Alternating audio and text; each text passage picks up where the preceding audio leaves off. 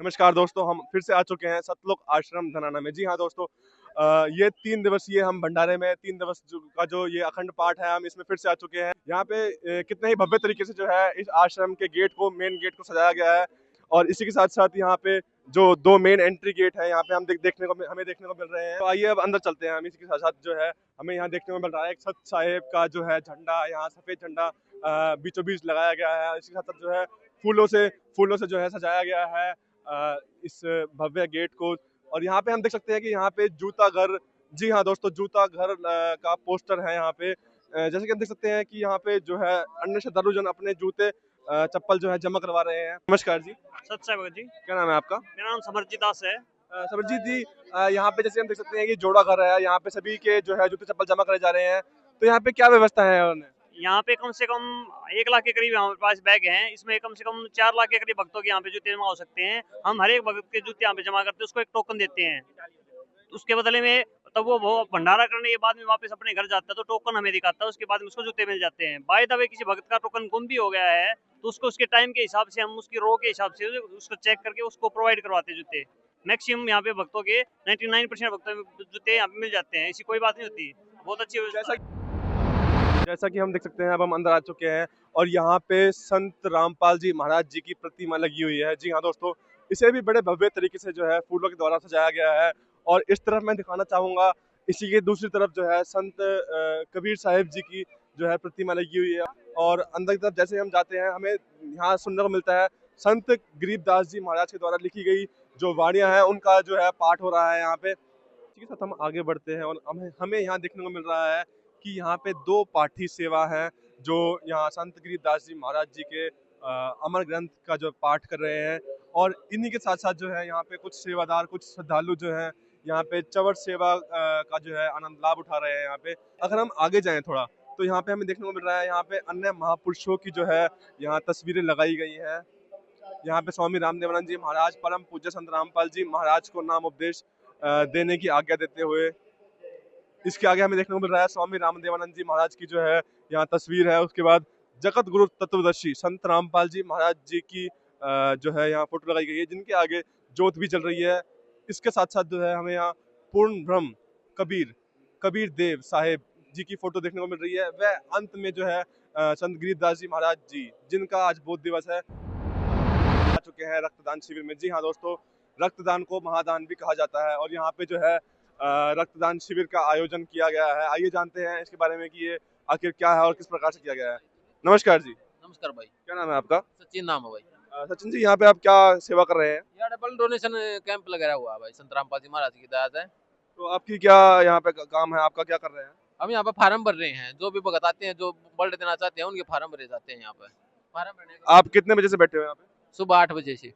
तो सुबह 8 बजे से अब यहाँ पे हम देख सकते हैं 12:30 बज चुके हैं। तो यहाँ पे कितने जो है श्रद्धालु जन आ चुके हैं अभी तक? यहाँ 110 के करीब आ चुके हैं।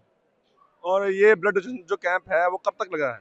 अब 2 बजे के बाद बंद हो जाएगा। आप देख सकते हैं कि यहाँ पे जो है सभी श्रद्धालु जन जो है यहाँ पे खून जो है डोनेट करने के लिए आए हैं।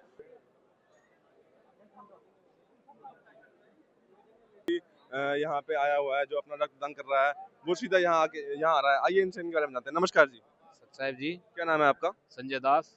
संजय जी, यहाँ आप किस प्रकार से बैठे हो, यहाँ क्या सेवा है आपकी? यहाँ पे मेरी सेवा लगा रखी है, जो भक्त यहाँ पे ब्लड डोनेट करके आ रहे हैं उनके हाथ पे बैंडेज लगाने की सेवा है और उनको जूस पिलाने की सेवा है यहाँ पे। आर्टिफिशियल जूस है यहाँ पे? नहीं, फ्रेश जूस है, मौसमी का, अनार का, अनानास का और सभी मिक्स जूस दे रहे हैं यहाँ पे। केले दे रहे हैं। यहाँ जूस पहले से बने हुए हैं? नहीं, फ्रेश जूस निकाल के दे रहे हैं, बिल्कुल ताजा ताजा। यहाँ पे रक्तदान करके आया है वो, यहाँ पे जो है केले की जूस के जो है यहाँ पे आनंद उठा रहा है। ताजा जो है जूस निकल रहा है, फ्रेश जूस, कोई आर्टिफिशियल जूस नहीं है। और ये जो है ताजा ताजा आपके सामने सामने जो है बनाया जा रहा है। बिल्कुल, फिलहाल हम उस जगह पर पहुंच चुके हैं जहां पे पकवान तैयार किया जाता है, भंडारा तैयार किया जाता है श्रद्धालुओं के लिए। और आप देख सकते हैं लगातार भट्टियां जो है वो चल रही हैं।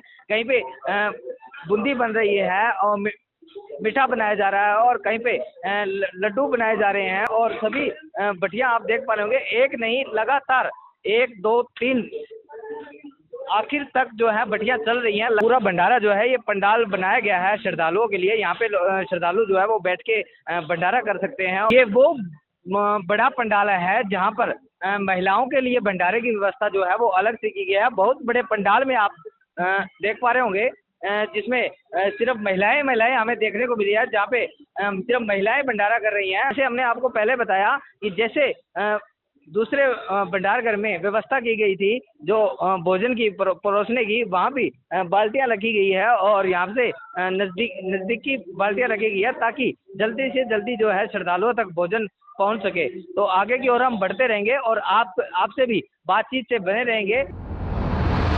सबसे पहले तो मैं अपने कैमरामैन से रिक्वेस्ट करूंगी कि यहाँ का पूरा ब्यौरा आप तक दें कि कितनी भीड़ यहाँ पर लोगों की है, कितने शांतिपूर्वक तरीके से लोग यहाँ पर खड़े हैं। भीड़ तो हमने कई जगह देखी है। भीड़ तो कई तरह की होती है। कहीं पे लड़ाई झगड़ा हो रहा होता है, कहीं पे कुछ बात हो रही होती है, फिर कहीं पे कुछ इवेंट चल रहा होता है।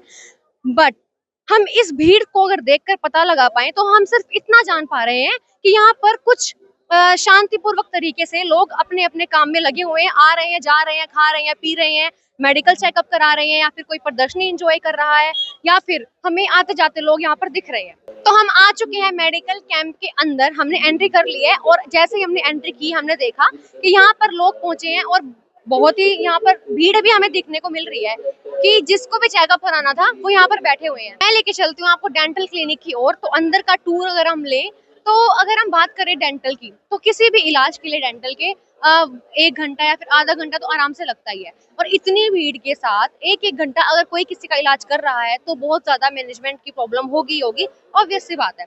तो हम अंदर चल के देख लेते हैं कि कैसी क्या मैनेजमेंट है और किस तरीके से इलाज यहाँ पर किया जा रहा है। तो अंदर आते ही हमने देखा कि सभी पेशेंट का इलाज सुचारू रूप से यहाँ पर चल रहा है। भले ही ज्यादा भीड़ है लेकिन यहाँ पर अलग अलग काउंटर्स लगाए गए हैं। किसी की बीमारी के लिए कितना भी टाइम लगे डॉक्टर देने के लिए तैयार हैं, क्योंकि यहाँ पर व्यवस्थित ढंग से 2 कैबिन्स यहाँ पर बनाए गए हैं और 4 काउंटर्स लगाए गए हैं इलाज करने के लिए। तभी हमें लग तो रहा था लेकिन इतनी भीड़ के साथ कैसे मैनेज होता होगा, तो वो ऐसे मैनेज होता होगा। यहाँ पर सारे इक्विपमेंट्स उतने ही अमाउंट में है जितनी की यहाँ पर भीड़ है। तो दर्शकों, हमने एंटर किया है आई चेकअप कैंप में। तो आप देख सकते हैं इधर 2 कैबिन बना रखे हैं जो उधर लोग जाते हैं, उधर जाते हैं जो संत रामपाल जी महाराज जी से नहीं जुड़े हुए। और इधर आप देख सकते हैं इधर जो कैबिन बना है उसमें आते हैं जो संत रामपाल जी महाराज जी से जुड़े हुए हैं, जो उनके अनुयायी हैं। तो यहाँ पे जो प्रायोरिटी देते हैं ये जगत वाले लोग जो संत रामपाल जी महाराज जी से नहीं जुड़े उनको देते हैं। उनको पहले यहाँ पे भेजा जाता है, उनका चेकअप यहाँ पे कराया जाता है। तो जैसे आप देख सकते हैं यहाँ पर मैं नहीं चाहूंगी कि डॉक्टर को हम डिस्टर्ब करें, तो मैं ही बता देती हूँ। जैसे पूछताछ से पता चला है कि यहाँ पे हर तरह के लेंस इनके पास अवेलेबल हैं। तो जिसको भी जिस तरह की भी प्रॉब्लम है तो ये पहले ही चेक करते हैं, उसके हिसाब से इनको लेंस बताते हैं और फिर ये वहां से जाके चश्मा ले लेते हैं। तो ऐसे आप देख सकते हैं कि ये काफी सारी मशीन यहाँ पर रखी हुई है और जो डॉक्टर्स हैं वो काफी बिजी दिख रहे हैं जो पेशेंट हैं उनके साथ, और उनसे बिल्कुल शांतिपूर्वक बातचीत उनकी चल रही है। तो दर्शकों, जैसा कि आप सब जानते हैं कि जब सामाजिक विवाह होते हैं वहाँ पर उनका घर भर जाता है एक तरह से, किसी तरह के सामान लाके जो विवाह से संबंधित होते हैं। लेकिन यहाँ पर आप देख सकते हैं यहाँ पर एक छोटी सी चीज आपको देखने की नहीं मिलेगी, क्योंकि यहाँ पर कुछ लेना देना होता ही नहीं है। तो यहाँ पर सिर्फ एक जो दुल्हन होती है वो यहाँ पर उनकी आरती खत्म होने के बाद सिर्फ जो एक जोड़ा होता है उसमें वो अपने घर चली जाती है। यहाँ पर इनको किसी भी तरह का कुछ भी लेन देन नहीं करना पड़ता। तो दर्शकों, जैसा कि आप देख ही रहे हैं कि किसी भी कपल के फेस पे एक किसी भी तरह की कोई टेंशन देखने को आपको नहीं मिलेगी। वो बिल्कुल आराम से खुश हैं कि बिना किसी टेंशन से यहाँ पर बैठे हैं, क्योंकि अब रमैनी होगी और जो इनके साथ लोग आए हुए हैं वो भी बिल्कुल शांतिपूर्वक यहाँ पर बैठे हुए हैं। हम आध्यात्मिक प्रदर्शनी पर मौजूद हैं, तो दर्शकों के मन में जो जुड़े सवाल हैं उनकी जानकारी हम यहाँ से लेंगे। तो आध्यात्मिक प्रदर्शनी क्या है वो हम आपको यहाँ क्लियर कर देते हैं कि अध्यात्म से जुड़े सारे सवालों के जवाब आपको यहाँ मिलेंगे। आश्रम के प्रदर्शनी स्थल के अंदर प्रवेश कर चुके हैं। आप हमारे पीछे बड़े बड़े फ्लैग्स देख सकते हैं। अभी हम आपको प्रदर्शनी स्थल के और अंदर ले चलते हैं और प्रदर्शनी स्थल में मौजूद जो भी कटआउट्स हैं, जो भी प्रदर्शन यहाँ दिखाया गया है उसके बारे में दिखाते हैं।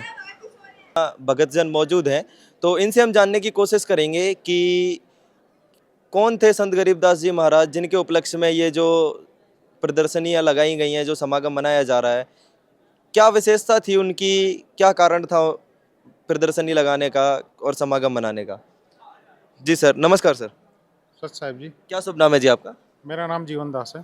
तो आपसे हमारा एक प्रश्न है जो कि हमारे दर्शकों से हमें मिला है।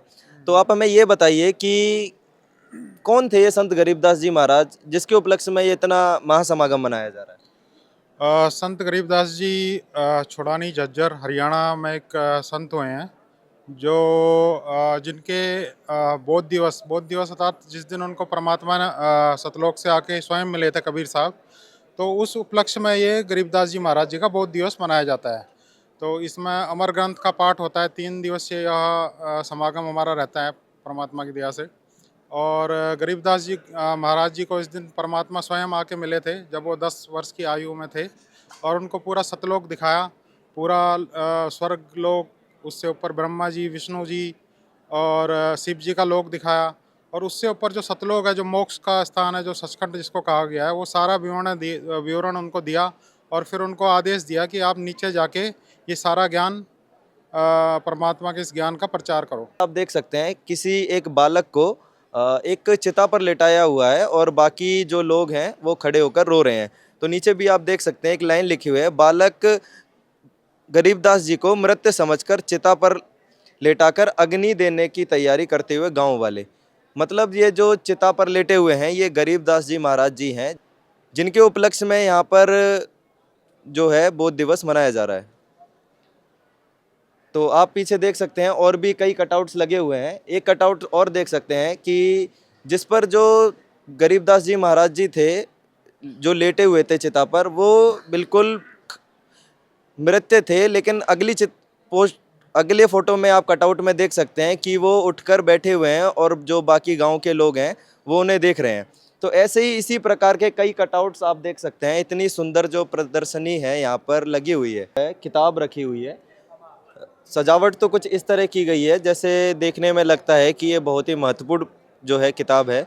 आप इसके ऊपर देख भी सकते हैं, लिखा हुआ है अमर ग्रंथ साहिब।